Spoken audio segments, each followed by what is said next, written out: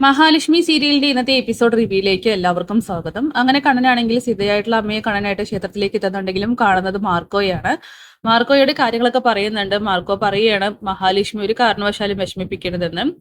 അങ്ങനെ താനും മഹാലക്ഷ്മിയും കാണുന്നത് ഒരേ അമ്മയാണെന്നും ഇവിടെ വന്നാൽ കാണാൻ കഴിയുമെന്ന് കരുതിയിട്ടാണ് വന്നത്. പക്ഷേ കാണണമെന്ന് ആഗ്രഹിക്കുന്ന സമയത്ത് കാണാൻ പറ്റില്ല എന്നിങ്ങനെ കണ്ണൻ പറയുമ്പോൾ സാർ എന്തായാലും ഇപ്പൊ ചെല്ല്, മഹാലക്ഷ്മിക്ക് കൂട്ടിരിക്കാൻ നോക്ക്. മഹാലക്ഷ്മിക്ക് ഇപ്പോ സാറിന്റെ സ്നേഹവും പരിഗണനയും പരിചരണം ഒക്കെ തന്നെയാണ് വേണ്ടതെന്ന് പറഞ്ഞുകൊണ്ട് കണ്ണനെ അവിടെ നിന്ന് വിട്ടയക്കുന്നു. അതിനുശേഷം അമ്മയുടെ അടുത്തേക്ക് പോകുന്നുണ്ട്. തന്നെ എല്ലാവർക്കും കാണാൻ കഴിയില്ല എന്നും മനസ്സിൽ നന്മയുള്ളവർക്ക് വേണ്ട സമയത്ത് മാത്രമേ കാണാൻ കഴിയുള്ളൂ എന്നുള്ള കാര്യം അമ്മ തുറന്ന് പറയുകയാണ്.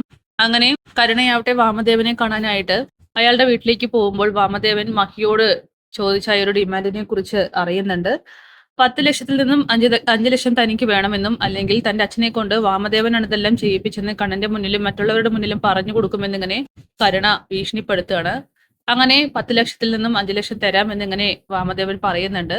പിന്നീട് വാമൻ മഹിയുടെ ഫോണിലേക്ക് ഭീഷണിപ്പെടുത്താനായിട്ട് വിളിക്കുമ്പോൾ അനന്തുവാണ് ഫോൺ എടുക്കുന്നത്.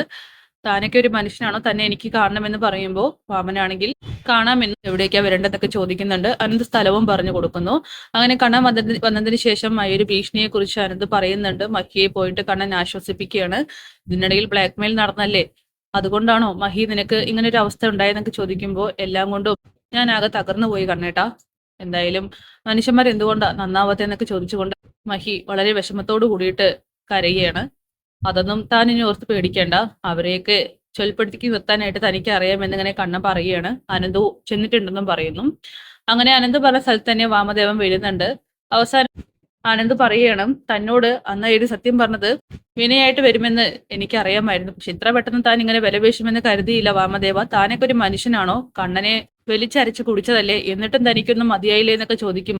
വാമനാണെങ്കിൽ എന്റെ പൊന്നുമോനെ, ഞാനൊക്കെ കണ്ണനെയും കണ്ണന്റെ അച്ഛനെയും നല്ലപോലെ സേവിച്ചവനാണ്. പക്ഷെ മഹാലക്ഷ്മിയോ അവൾക്ക് ലോട്ടറി അടിച്ചിരിക്കല്ലേ, അതുകൊണ്ട് അവൾക്ക് ഇനി അവനെ ഉപേക്ഷിച്ചു പോയാലും സ്വത്തിൽ പകുതി കിട്ടും.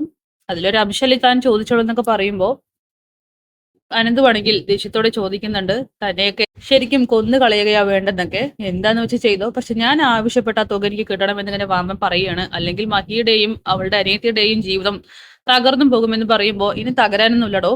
മഹി ഇപ്പോ ICUലാണെന്ന് ഞാൻ പറഞ്ഞു. അവിടെ കണ്ണൻ വന്നിരുന്നു. കണ്ണനോട് മഹി തന്നെ സത്യങ്ങൾ ഞാൻ തുറന്നു പറഞ്ഞു. ഇപ്പോ അവർ തമ്മിൽ വലിയ സ്നേഹത്തിലാണ്.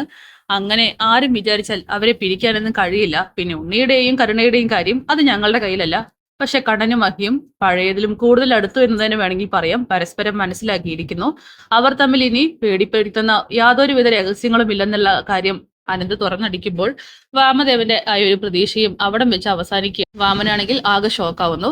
അങ്ങനെ അനന്ത് അവസാനമായിട്ട് പറയുന്നുണ്ട്, ഞാൻ പറഞ്ഞതുപോലെ തന്നെ വിശ്വനാഥൻ അങ്കളുടെ കൊലപാതകത്തിൽ തനിക്ക് എന്തെങ്കിലും പങ്കുണ്ടെങ്കിൽ കാണാൻ വരുന്നത് കണ്ണനും ഞാനും മാർക്കോയും കൂടി ആയിരിക്കുമെന്ന് പറഞ്ഞുകൊണ്ട് ഭീഷണിപ്പെടുത്തിയിട്ടാണ് അവിടെ നിന്ന് പോകുന്നത്. ആ ഒരു പ്രതീക്ഷ അവസാനിച്ച് വാമദേവനാണെങ്കിൽ തിരിച്ചു വീട്ടിലേക്ക് തന്നെ പോകുന്നു. അങ്ങനെ സീമന്തിനെ കണ്ടിട്ട് അനന്തു പറഞ്ഞ കാര്യങ്ങളൊക്കെ തന്നെ അറിയിക്കുകയാണ്. അപ്പൊ പിന്നെ ആ ഒരു പ്രതീക്ഷയും പോയി. ഇനി കണ്ണൻ നിങ്ങളും ഇതിന് പുറകിലുണ്ടെന്നുള്ള കാര്യം തിരിച്ചറിയോ? പ്രതാപനെ ഉറപ്പായിട്ടും അവൻ ജയിലിലേക്ക് അയക്കും. അതിനുശേഷം നിങ്ങളുടെ അവസ്ഥയൊന്ന് ആലോചിച്ച് നോക്ക്. പ്രതാപൻ ഒരിക്കലും സ്വയബോധത്തോടു കൂടിയിട്ട് ഒറ്റയ്ക്ക് ജയിലിലേക്ക് പോവില്ല. നിങ്ങളെയും അവൻ കാണിച്ചു കൊടുക്കും.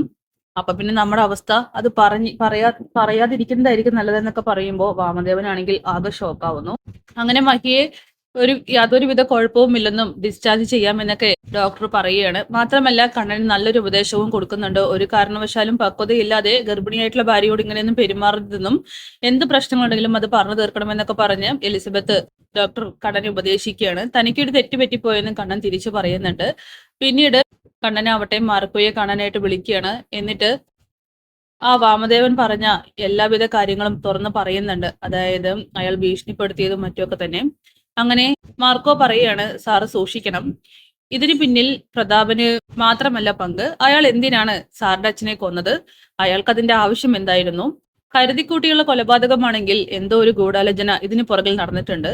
സാറിന്റെ കുടുംബത്തിൽ എല്ലാവരും സ്വത്ത് മോഹിച്ച ആൾക്കാരാണ്. ഇപ്പോ വാമദേവൻ അയാളുടെ പെങ്ങളെ കല്യാണം കഴിച്ചു കൊടുത്തടക്കം സാറിന്റെ അച്ഛന്റെ സ്വത്തുക്കൾ കണ്ടിട്ടാണ്. അതുപോലെ തന്നെ മേഘനാഥനും അവന്റെ അച്ഛൻ വാമദേവനും ഉണ്ണിയും എല്ലാവരും ഒറ്റക്കെട്ടായിട്ടാണ് സ്വത്തുക്കൾ സ്വന്തമാക്കാനായിട്ട് നടക്കുന്നത്. അപ്പോ അന്ന് സാറിന്റെ അച്ഛന്റെ നേർക്കാണെങ്കിലോ ഇവരെല്ലാവരും പട ഒരുക്കിയിട്ടുണ്ടാവുക എന്നൊക്കെ ചോദിക്കുമ്പോൾ ഇത് കേട്ട് കണ്ണനാണെങ്കിൽ ആകെ ഷോക്കാവുകയാണ്. സാറുടെ അമ്മാവന്റെ ഈ ഒരു കൊലപാതകത്തിൽ പങ്കുണ്ടോ എന്ന് അന്വേഷിക്കണം. അയാളുടെ വിലപേശൽ ഒരുപക്ഷെ നമുക്ക് ദൈവം തന്നൊരു സൂചനയായിരിക്കാം. പ്രതാപൻ അയാളുടെ പേര് പറഞ്ഞിട്ടില്ല. ഇനിയിപ്പോ ആ ഒരു സത്യം കൂടി കണ്ടുപിടിക്കണം. ചിലപ്പോ ഇതൊരു കൊട്ടേഷൻ ആണെങ്കിലോ എന്നൊക്കെ മാർക്കോ ചോദിക്കുമ്പോ കണ്ണനാണെങ്കിൽ ആ ഒരു സാധ്യത കൂടി തള്ളിക്കളയുന്നില്ല. അവൻ അതും കണ്ടുപിടിക്കാനായിട്ട് തീരുമാനിക്കുന്നു. അങ്ങനെ കണ്ണൻ പറയുന്നുണ്ട്, ശരിയാണ്, ഒരുപക്ഷെ അതുകൊണ്ടായിരിക്കാം സത്യങ്ങൾ ഞാൻ ഒരിക്കലും അറിയരുതെന്ന് മറ്റാരേക്കാളും ആഗ്രഹിക്കുന്നതും പൈസ സ്വന്തമാക്കാൻ വേണ്ടിയിട്ട് അയാളായിരിക്കാം എന്നൊക്കെ കണ്ണൻ പറയുന്നുണ്ട്.